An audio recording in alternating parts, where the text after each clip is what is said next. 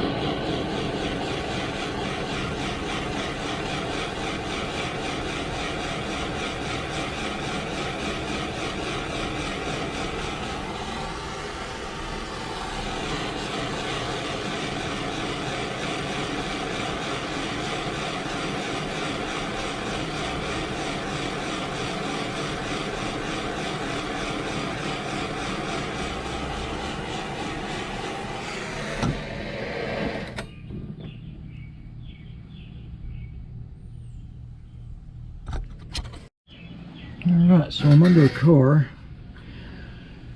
So this is the batteries in the trunk, obviously. This was the spare tire cut out, or where the well was.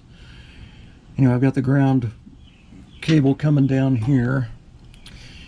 And this is going to go, I'm going to drill a hole in the frame right here. That way I have access to get up through 2 different spots with a wrench on the back for a bolt and a nut and a star washer.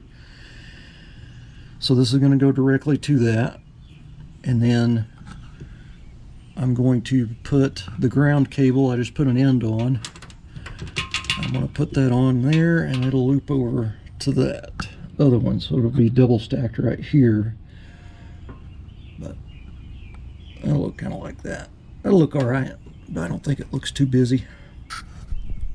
That way I'll have a body ground and a frame ground, but I still need to do an engine to frame ground or engine to body, one or the other up there. Alright guys, so I got a couple of universal packages here. Now these I bought off eBay a long time ago. These have come in so handy. So this is and this was very cheap too. This is all stainless steel star washers in different sizes. And this is stainless steel serrated flange nuts. So they have that serration on the back, or teeth, whatever you want to call it. So I bought an assortment of these, but I don't have the package anymore. There's just a few of them left. But this is a stainless steel flange bolt, but it has the serration on the back too. So I'm also going to use a star washer with the serrated nut and bolt for the ground to the chassis itself. That way all this stuff is going to dig in through that paint and primer and everything and get a good bite on the metal. So this should be a good ground that'll lock down and won't ever come loose. And it should always get a good ground, and this being stainless steel, it's not going to rust. So anyway, I'm glad I have this stuff like this here. You know, I'm using quite a bit of the hardware and little things that I have here on Steve's car, and I'm not really charging him for it because I'm probably never going to use all this stuff, you know what I mean? There's no sense in charging him, because he's my cousin, there's no sense in charging him, you know, 10 cents, 20 cents, or whatever it is, you know what I mean? There's no sense. So this ground cable was already here, and I'm going to use it. There was one more on the car, but I'm going to use it up front. This one I had, and it was already shorter, so I'm going to stick it on there, but this should work out pretty good.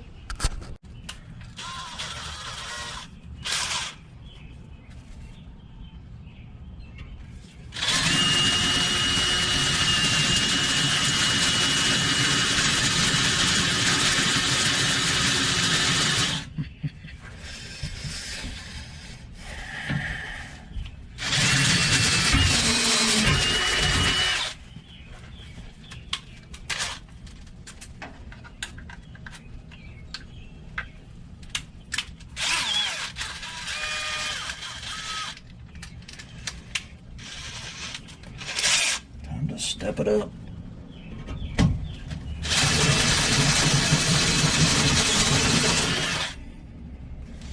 Oh, it's like about a 1/4 inch. I think I need to go one size. One size more. Yep. There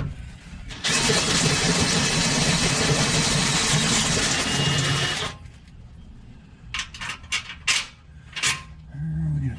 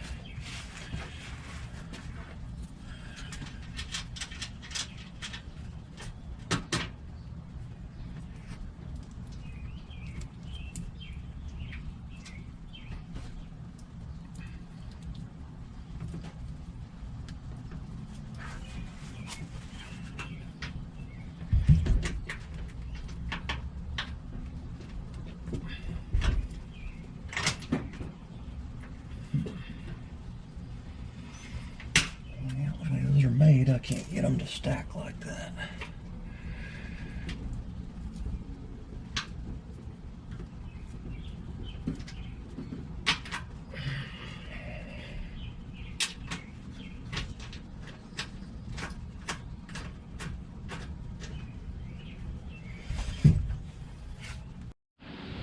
Alright, so I dug through some of my electrical stuff and I found this inline fuse thing here, and I'll probably never use it, so I'm going to donate it to Steve's car.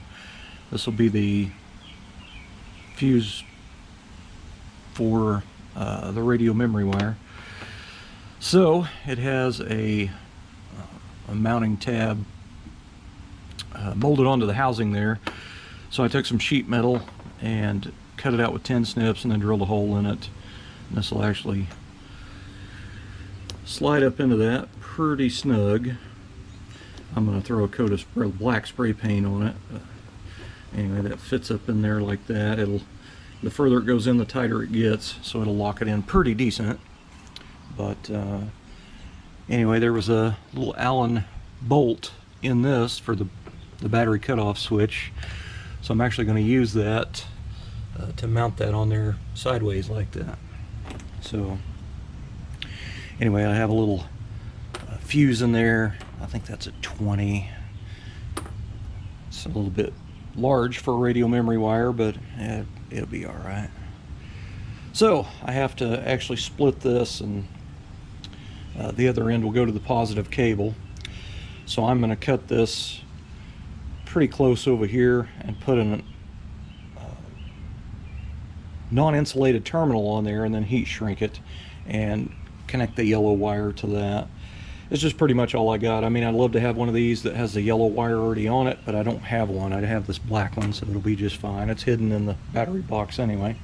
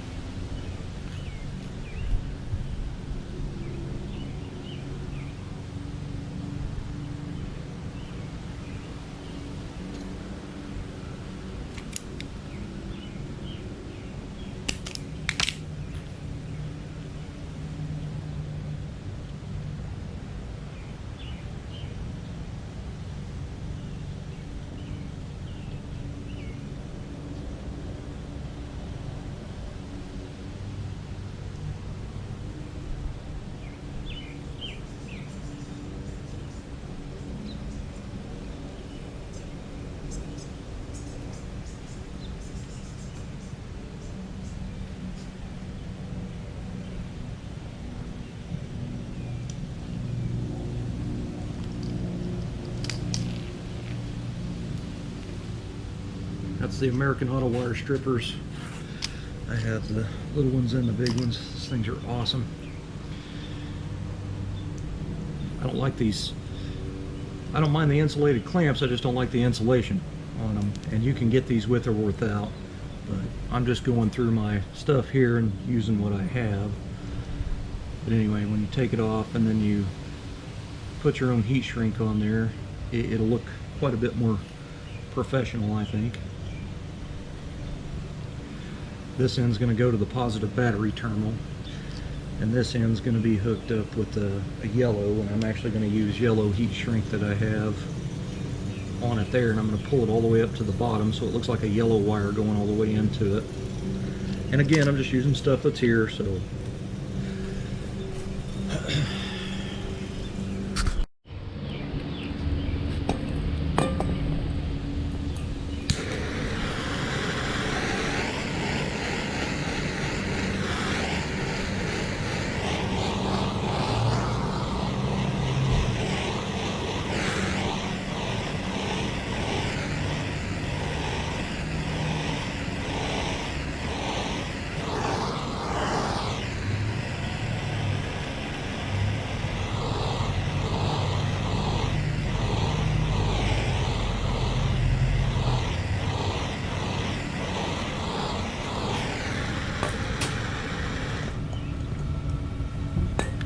pretty nice.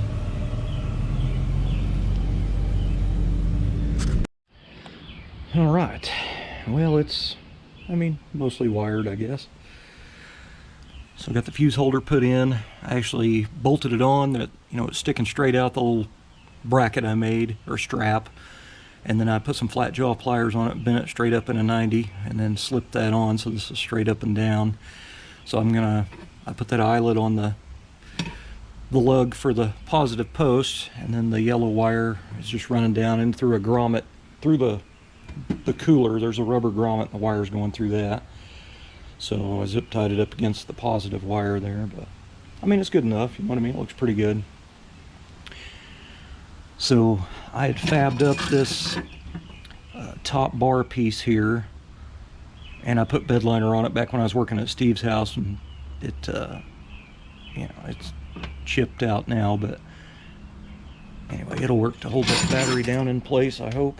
I gathered up a bunch of the nylon lock nuts and the washers out of my spare stuff there, but that'll work, man. That I got to clean the bottom of the floor off, and I found a longer bolt because I'm going to double nut it. Where the tray is bolted to the floor, I want to just put on an extra nut, one more nut, and actually a washer and a nut, and put on the ground for the body to frame.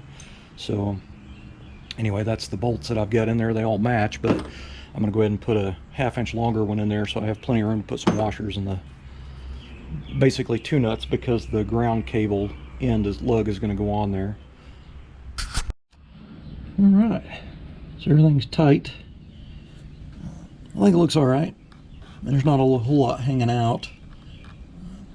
Definitely clear of the tailpipes when they get put on.